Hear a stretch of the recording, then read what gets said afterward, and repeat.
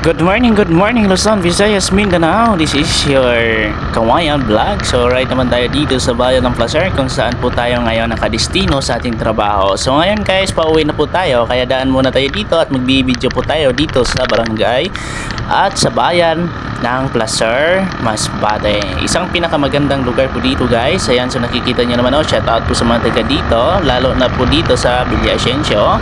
Ayan, sa mga taga dito po nating mga followers and nating mga supporter.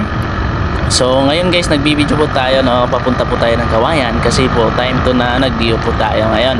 So wala po tayong duty ngayon kasi nakadio po tayo, kaya time to ride naman tayo sa Pakatufawe. So papakita ko lang po ang kagandahan ng aming lugar o lugar ng mga taga Placer nyo o mga taga Placer Masbate. Napakaganda ng lugar nila dito guys, at ang luwag ng kalsada at lahat po dito ay sementado na at nakasiminto na at magandang padaanan at napakaluwag ng kalsada. Wala masyadong traffic, hindi katulad ng Maynila na sobrang traffic, pero dito po sa bayan nila at dito sa Masbate, napakaganda po ng mga tanawin dito at napakaganda ng kalsada nito tulad po ng ating nadaanan ngayon.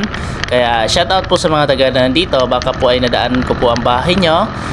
Paki-comment na lang po sa baba sa may comment section po guys, para malaman po natin kung saan po kayo nakatira, o taga dito po kayo sa barangay na to, o taga dito po kayo sa bayan ng Placer kung saan po tayo nagre-ride ngayon. Baka isa ka po sa aking nadaanan o taga dito ka, mag-comment ka po dyan sa baba para makilala po natin at malalaman po natin kung sino ka at makakilala po natin.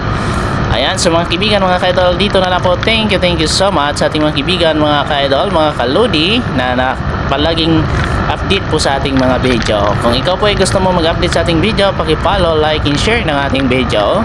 Ayan, so medyo malapit na tayo dito sa Barangay Daraga. Ayan, thank you so much all. Thank you so much, and ingat po tayo palagi. God bless all.